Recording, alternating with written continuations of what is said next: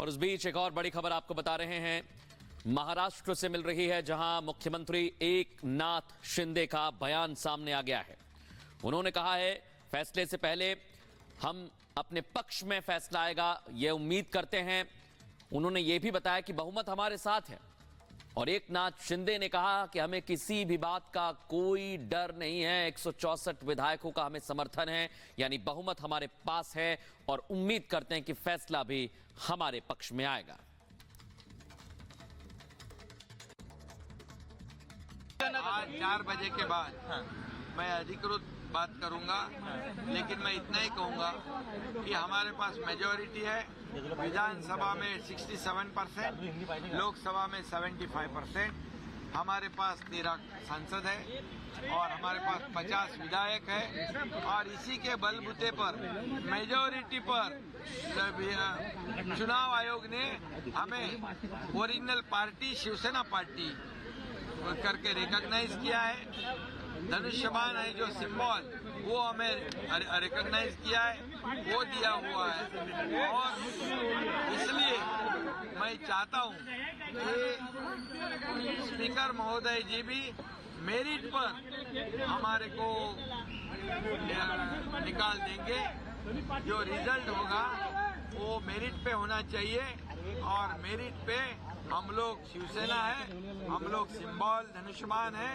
और हमारे जो शपथ विधि हुआ था, कुछ लोग हमें घटना बाह्य कहते हैं, घटना बाह्य सरकार कहते हैं और बोले आज गिरेगा, कल गिरेगा, परसों गिरेगा, ऐसे बोलते बोलते अभी 1.5 साल हो गए हैं। अभी बाद में कहते हैं मुख्यमंत्री बदलेगा, लेकिन ये सरकार हमारी मजबूती से काम कर रही है, इसलिए उनके पैरों तले जमीन खिसक गई है।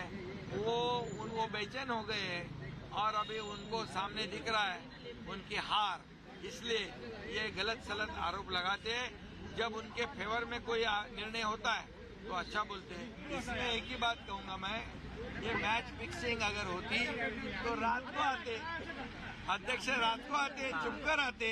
ये दिन दहाड़े आ गए, अपने अधिकृत वाहन में आ गए और ऑफिशियल बैठक थी। उनके जो चुनाव क्षेत्र में जो कोस्टल हाईवे का काम शुरू है, मरीन ड्राइव में काम शुरू है, कुछ उनके चुनाव क्षेत्र के विषय थे। मैं मुख्यमंत्री हूँ और वो स्पीकर भी है और एमएलए भी है, तो इसलिए वो ऑफिशियल बैठक थी। इसमें अगर कुछ मैच फिक्सिंग करनी तो वो क्यों सामने से आते। ये गलत सलत बयान करते, आरोप करते, वो अभी उनकी हार दिख रही है। इसलिए ये हमें घटना बाह्य कहने वाले ये अनकॉन्स्टिट्यूशनल वही लोग हैं। वो घटना बाह्य लोग वो हैं क्योंकि सुप्रीम कोर्ट ने भी जब कहा था उनके ऑर्डर में, जजमेंट में, कि जब पहले मुख्यमंत्री ने इस्तीफा देने के बाद जब हमारे पास मेजॉरिटी थी 104 बीजेपी के, 50 हमारे, मतलब 164 अगेंस्ट 99, मतलब मेजॉरिटी वाला कौन है? मेजॉरिटी वाले हम हैं। और इसीलिए वो भी सुप्रीम कोर्ट ने गवर्नर का निर्णय जस्टिफाइड किया है। ये जरा उनको पढ़ना चाहिए।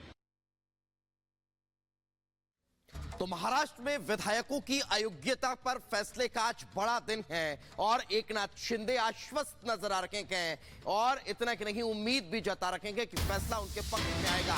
लेकिन इससे इतर स्पीकर राहुल नार्वेकर का भी बयान सामने आया और उन्होंने कहा कि आज ऐतिहासिक फैसला होगा, कानून के हिसाब से ही फैसला होगा, ये कहते नजर आए राहुल नार्वेकर। तो महाराष्ट्र में विधायकों की अयोग्यता पर फैसला आज को ना कहें, लेकिन इस फैसले पर क्या कुछ स्पीकर राहुल नार्वेकर ने कहा, आपको सुनवा देते हैं। अपात्रता के याचिका के ऊपर सुनवाई पूरी हो चुकी है और मैटर ऑर्डर्स के लिए रिजर्व किया गया है। इस मैटर के ऊपर आज निर्णय दिया जाएगा। ये निर्णय संपूर्ण रूप से कानून को में जो प्राविधान है, संविधान में जो प्राविधान है और सर्वोच्च न्यायालय ने जो प्रिंसिपल सेट किए हैं, उसके आधार पर ही ये निर्णय लिया जाएगा।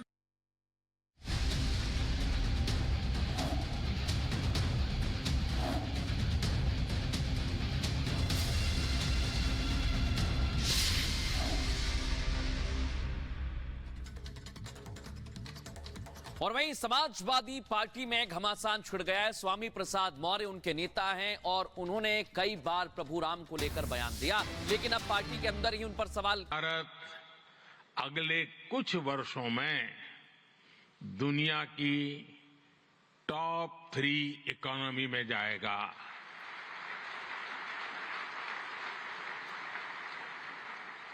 दुनिया के लोग जो एनालिसिस करना है करते रहे, मेरी गारंटी है कि हो जाएगा।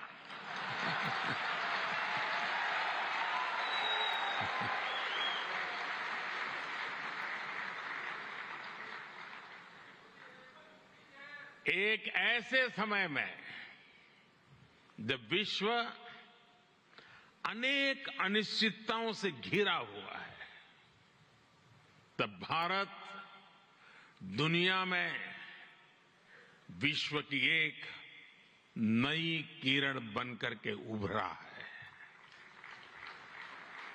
भारत की प्राथमिकताएं बिल्कुल स्पष्ट है। आज भारत की प्राथमिकता है sustainable industry, infrastructure and manufacturing.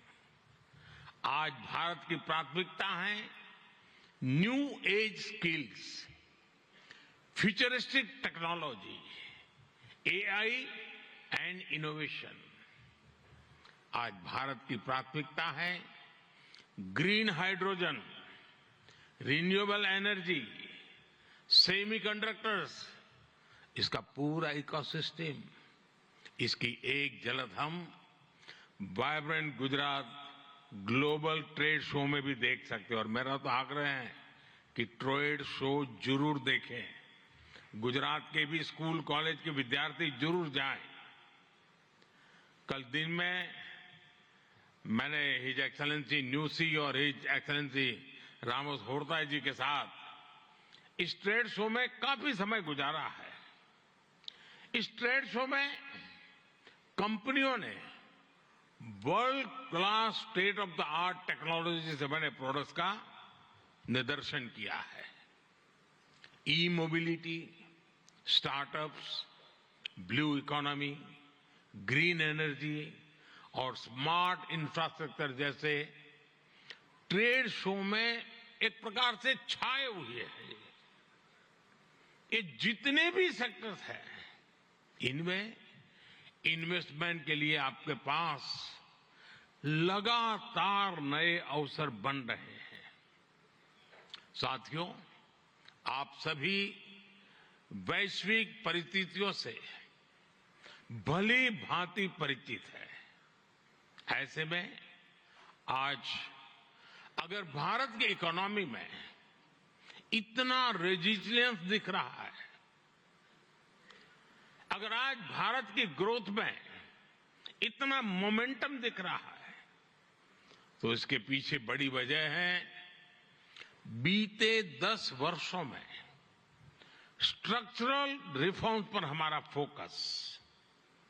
In reforms ने भारत की इकोनॉमी की कैपेसिटी, कैपेबिलिटी एंड कॉम्पिटिटिवनेस बढ़ाने का बहुत बड़ा काम किया है।